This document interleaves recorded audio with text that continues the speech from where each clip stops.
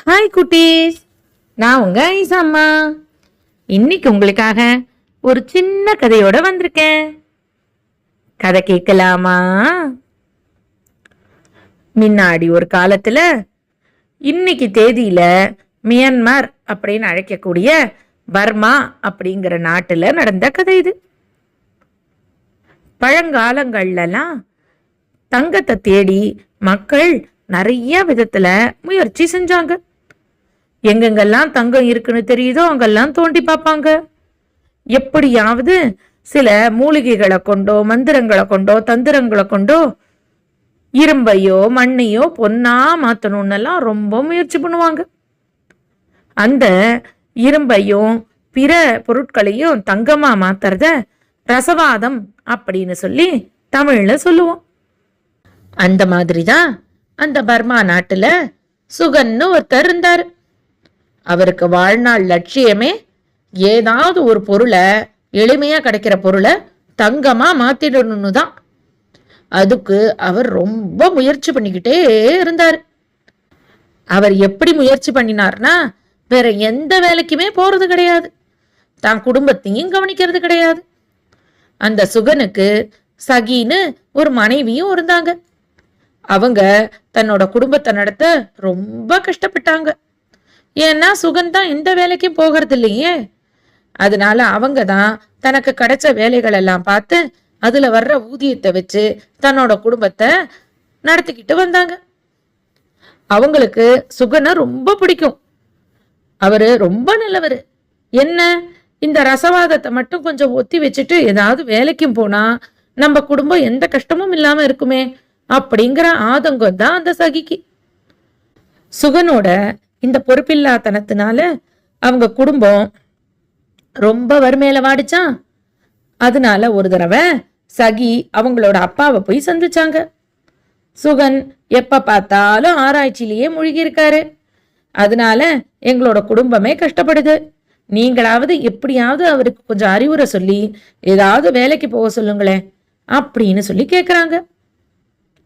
சுகனோட மாமனார் அவரோ, சுகன் யாரோட பேச்சுக்கும் கட்டுப்பட மாட்டாரு, அவரோட குறிக்கோள்ல இருந்து நவரவும் மாட்டாரு அப்படின்னு சுகனை பத்தி நல்லா தெரிஞ்சு வச்சிருக்காரு. அதே நேரம் சகி தன்னோட பொண்ணு அவளும் கஷ்டப்படக்கூடாதுன்னு அவர் யோசிக்கிறாரு. அவர் சகி கிட்ட, நீ கவலைப்படாம போமா, நான் மாப்பிள்ளை கிட்ட பேசி இதுக்கு ஒரு நல்ல வழியை பண்ற அப்படின்னு சொல்லி அனுப்பி வச்சிடுறாரு. அதுபடியே 2 நாள் கழிச்சு சகியோட வீட்டுக்கு வர்றாரு சகியோட அப்பா.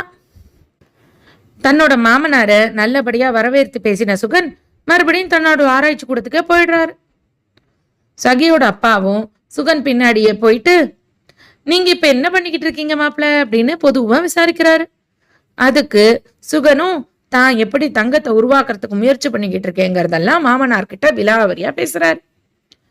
அவர் சொன்னதெல்லாம் நல்லா கவனிச்சு கேட்ட அவங்க மாமனாரு, என்ன பண்றது, எனக்கும் தங்கத்தை கண்டுபிடிக்கணும்னு தான் ஆசை, அதுக்கான வழிமுறை எல்லாம் எனக்கு இப்ப தெரியும், ஆனா அதை செய்யறதுக்கு வயசும் இல்லை, அதுக்கு உண்டான உழைப்பு பண்ற அளவுக்கு பலமும் இல்லை அப்படின்னு அழுத்துக்கிறாரு. இத கேட்ட உடனே சுகனுக்கு ரொம்ப ஆச்சரியமாயிடுது. என்ன மாமா, உங்களுக்கு தங்கத்தை எப்படி உருவாக்குறதுங்கிறது தெரியுமா? அதுக்கான ரகசியத்தை எனக்கு கொஞ்சம் சொல்றீங்களா நீங்க? அது என்ன ரகசியம், எதனால எனக்கு தங்கத்தையே உருவாக்க முடியல அப்படின்னு ரொம்ப ஆர்வமா அடுக்கடுக்கா கேள்வி கேட்கிறாரு. தான் பேசுறதெல்லாம் தன்னோட மாப்பிள்ளை கூர்ந்து கவனிக்கிறாருங்கிறத புரிஞ்சுக்கிட்ட சுகனோட மாமனார் நிறுத்தி நிதானமா தன்னோட ரகசியத்தை சொல்றாரு. அதாவது மாப்பிள்ள, இந்த வாழை இலை பார்த்திருக்கீங்களா? வாழை மரமெல்லாம் நல்லா விளைஞ்சதுக்கு அப்புறமா அதுல இருக்கிற வாழை இலையோட பின்பகுதியில வெள்ளையா பொடியா சாம்பல் மாதிரி பூத்திருக்கும். அந்த சாம்பல் எல்லாம் ஒண்ணு கூட்டி ஒரு மூட்டை அளவுக்கு நம்ம கிட்ட கிடைக்கணும். அப்படி மட்டும் கிடைச்சிச்சுன்னா அந்த சாம்பல் மூட்டையும் இன்னும் சில மூலிகைகள்லாம் நம்ம கிட்ட தயாரா இருக்கு பாத்தீங்களா, அது எல்லாத்தையும் ஒண்ணு கூட்டினாலே நமக்கு தங்கமா மாறிடும் அப்படின்னு சொல்றாரு. இத கேட்ட உடனே சுகனுக்கு ரொம்ப ஆச்சரியமா இருக்கு. அவ்வளவுதானா? நம்மளுக்கு தேவையானது வாழை இலையில பின்னாடி இருக்கிற அந்த சாம்பல் துகள் தானா? வாங்க, இப்பவே நம்ம வீட்டுக்கு பின்னாடியே ஒரு வாழை மரம் இருக்கு, அதுலேருந்து அந்த துகளை சேகரிக்கலாம் அப்படின்னு தன்னோட மாமனார் தான் பின்னாடி வராரா இல்லையான்னு கூட பார்க்காம விறுவிறுன்னு தன்னோட வீட்டு கொல்லைக்கு போய் அந்த வாழை மரத்துல இருக்கிற இலைய திருப்பி பார்க்கறாரு. அங்க அந்த வாழை இலைகளுக்கு பின்னாடி சாம்பல் நிற துகள்கள் இருக்கு. தங்கிட்ட இருக்கிற ஒரு சின்ன கத்தி மாதிரி இருக்கிற பொருளை வச்சு அந்த துகளெல்லாம் தன்னோட உள்ளங்கையில சேகரிக்கிறாரு. ஒரு பெரிய வாழை இலையில இருக்கிற துகளெல்லாம் சேர்த்தா ஒரு சிட்டிக அளவுக்கு கூட வரல. அத பார்த்து சுகன் ஆன்னு அதிர்ந்து போய் நிக்கிறாரு. அவர் பின்னாடியே வந்த அவங்க மாமனாரு, பாத்தீங்களா மாப்பிள்ள, நான் சொன்ன மாதிரி ஒரு மூட்டை அளவுக்கு இந்த சாம்பல் துகள் வேணும்னா நமக்கு ஒரு பெரிய வாழை தோட்டமே வேணும் அப்படின்னு சொல்றாரு. இத கேட்ட உடனே சுகன், அதனால என்ன, நம்மளே இந்த ஊர்ல ஒரு இடத்த வாங்கி அதுல வாழையை பயிர் பண்ணுவோம், அதுல இருக்கிற துகள் எல்லாம் சேகரிச்சா ஒரு மூட்டை கிடைச்சிரும்ல அப்படின்னு கேக்குறாரு. அதை கேட்டேன் சுகனோட மாமனாரு, நீங்க சொல்றதெல்லாம் சரிதான் மாப்பிள்ள, தோப்பு வாங்குற அளவுக்கு தேவையான காசு கூட என்கிட்ட இருக்கு. ஆனா ஒரு தோட்டத்தை பராமரிக்கிற அளவுக்கு வயசோ உடம்புல வலுவோ என்கிட்ட இல்லையே. யாராவது பொறுப்பானவங்க எடுத்து நடத்தினா நானும் தாராளமா வாழைத்தோப்பை வாங்கி அந்த சாம்பல் துகளை சேகரிப்பேன் அப்படின்னு சொல்றாரு. மாமனார் சொன்னதை கேட்ட சுகன், அவ்வளவுதானே, நீங்க வாழைத்தோப்புக்கான இடத்த மட்டும் பார்த்து வாங்கி கொடுங்க, நான் அதுல வாழைய பயிரிட்டு அதை பராமரிச்சு அந்த சாம்பல் துகள் எல்லாம் சேகரிச்சுக்கிறேன் அப்படின்னு தான் மாமனாருக்கு வாக்கு கொடுக்குறாரு. அதுபடியே சுகனோட மாமனாரும் அந்த ஊர்ல நல்ல விளைநிலமா பார்த்து பெரிய தோப்பை குத்தகைக்கு எடுத்து கொடுக்குறாரு. அந்த நிலத்துக்கு தேவையான பயிரிடக்கூடிய வாழை கன்றுகளையும் அவர் வாங்கி சுகன் கிட்ட கொடுத்துடுறாரு. சுகனுக்கு எப்படியாவது தங்கத்தை நம்ம உருவாக்கிடணும்னு வெறி இருக்கு இல்லையா, அதனால அவர் என்ன பண்ணினாரு, அந்த வயலை நல்லா உழுது எல்லா வாழைக்கண்ணியும் சரியான அளவுல நட்டு தேவையான அளவுக்கு அதுக்கு தேவையான உரமும் தண்ணீரும் பாய்ச்சி அதை கண்ணும் கருத்துமா பராமரிக்கிறாரு. குறிப்பிட்ட காலத்துக்கு அப்புறமா வாழைகள்லாம் நல்லா வளர்ந்து செழிப்பா இருக்கு, அறுவடைக்கு தயாராயிடுது. ஆனா சுகன் அதை பத்திலாம் கவலைப்படல. நேரா தினமும் போய் வாழை இலைகள் நல்லா பெருசாயிடுச்சான்னு பார்ப்பாரு. அதுபடி பார்த்து வாழை இலைகள்ல பூத்திருந்த அந்த சாம்பல் நிற துகள் எல்லாம் ஒன்று சேர்க்கிறாரு. ஒரு வழியா அங்க இருந்த மொத்த வாழை இலைகள்லையும் சேர்த்தா ஒரு கைப்பிடி அளவுக்கு தான் அந்த துகள் சேர்ந்திருக்கு. இது மட்டும் போராதே, மாமனார் ஒரு மூட்டை அளவுக்குள்ள கேட்டாரு அப்படின்னு யோசிச்ச சுகன் தன்னோட இடத்துக்கு அக்கம் பக்கத்துல இருக்கிற எல்லா நிலங்களையும் சேர்த்து மொத்தமா குத்தகைக்கு எடுத்து எல்லாத்துலேயும் வாழைய பயிரிடுறாரு. இப்பதான் அவருக்கு வாழையை எப்படி வளர்க்கணும்னு தெரிஞ்சு போச்சு இல்லையா, அதுபடியே மறுபடியும் வாழையை நட்டு நல்லபடியா பராமரிச்சு அதுலேருந்தும் துகள்களை சேமிக்கிறாரு. இப்ப அவர்கிட்ட ஒரு சின்ன மூட்டை அளவுக்கு அந்த சாம்பல் துகள் சேர்ந்துருச்சு. அந்த மூட்டையை எடுத்துக்கிட்டு தன்னோட மாமனார் வீட்டுக்கு வேகமா போறாரு சுகன்.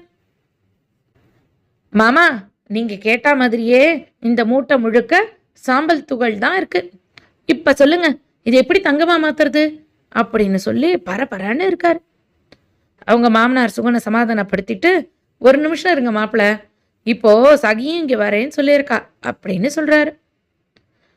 அவர் சொன்ன மாதிரியே கொஞ்ச நேரத்துல அவரோட மகளான சகியும் அவங்க வீட்டுக்கு வராங்க. வந்துட்டு, அப்பா நீங்க எதுக்கும் என்ன அவசரமா வர சொன்னீங்களே, என்ன விஷயம் அப்படின்னு கேட்க, அதுக்கு உடனே அந்த பெரியவரும், வாமா, நான் உன்னை ஒரு மூட்டை கொண்டு வர சொன்னேனே, கொண்டு வந்தியா அப்படின்னு கேட்குறாரு. அந்த மூட்டையை கொண்டு வந்து சகியும் அவங்க அப்பா கிட்ட கொடுத்து விடுறாங்க. சுகன் கிட்ட அந்த மூட்டைய அவங்க மாமனார் கொடுத்து விடுறாரு, இதை பிரிச்சு பாருங்கன்னு சொல்லி. சுகனும் அந்த சாம்பல் துகள் இருக்கிற மூட்டையை தன்னோட மாமனார் கிட்ட கொடுத்துட்டு அவர் கொடுத்த இன்னொரு மூட்டையை தன் கையில வாங்கி பிரிச்சு பார்த்தா அந்த மூட்டை முழுக்க பொற்காசுகளா இருக்கு. இத பார்த்த சுகனுக்கு, என்னமாமா நீங்க என்கிட்ட என்னவோ மண்ணை பொண்ணாக்கிறேன் அப்படின்னு சொல்லிட்டு இப்போ கையில பொற்காசு மூட்டையை கொடுக்குறீங்களே, இதுக்கு எதுக்கு இந்த சாம்பல் வேணும்னு வேற சொன்னீங்க அப்படின்னு கொஞ்சம் கோபத்தோடையே கேட்குறாரு. சுகனை பார்த்த அவங்க மாமனாரும் மென்மையா சிரிச்சுக்கிட்டு, நான் உங்ககிட்ட என்ன சொன்னேன், ஒரு மூட்டை இந்த சாம்பல் துகளை கொடுத்தா அதுக்கு நிகரான அளவுக்கு ஒரு மூட்டை தங்கம் கிடைக்கும்னு சொன்னேனா இல்லையா, இப்ப பாருங்க, நீங்க எனக்கு இந்த அளவுக்கு மூட்டையில கொடுத்தீங்க. அதே அளவுக்கு பொற்காசுகளை நானும் உங்களுக்கு கொடுத்துட்டேனே. அதோட நான் உங்ககிட்ட முன்னாடியே சொன்ன மாதிரி இது மண்ணுலேருந்து பொண்ணாக்கினது தான். எப்படின்னு உங்களுக்கு சொல்லட்டுமா? நீங்க வாழை இலையில இருக்க சாம்பல்கள் எல்லாம் எடுத்துக்கிட்டீங்க. அப்ப சகி என்ன பண்ணினா தெரியுமா? அந்த வாழை இலைகளையும் அதுல இருந்த வாழைக்காய், பூ, தண்டு எல்லாத்தையுமே கடத்தெருவில் போய் வித்துட்டு வந்துட்டா. அதுல வந்த பொற்காசுகளை வச்சுதான் உங்க குடும்பத்தையும் நடத்தி இதோ இந்த சேமிப்பையும் வச்சிருக்கா. இப்ப புரியுதா? நீங்க மண்ணுல பண்ண வேலைக்கு உங்களுக்கு பொண்ணா கையில கிடைச்சிருக்குங்கிறது அப்படின்னு சொல்லி விளக்கம் கொடுக்கிறாரு. அவர் சொன்ன விளக்கத்தை கேட்ட சுகனுக்கு அப்பதான் புரியுது, உண்மையான ரசவாதம்ங்கிறது நம்ம போடுற உழைப்புக்கு ஏத்த கூலி அப்படிங்கிறது தான். அதனால குறுக்கு வழியில தங்கத்தை அடையணும் அப்படிங்கிறத நினைக்கிறத விட்டுட்டு தன்னோட உழைப்பை தன்னோட தோட்டத்துல செலவு பண்ணி அது மூலமா நிறைய பொற்காசுகளை சேமிக்கணும்னு அவரும் முடிவு பண்ணிடுறாரு. சுகனும் சகியும் ரொம்ப மகிழ்ச்சியோட வாழறாங்க. சரி குட்டீஸ், ஒரு விடுகதை கேட்கட்டுமா? கையில்லாம நீந்துவான், கால் இல்லாம ஓடுவான், அவன் யாரு?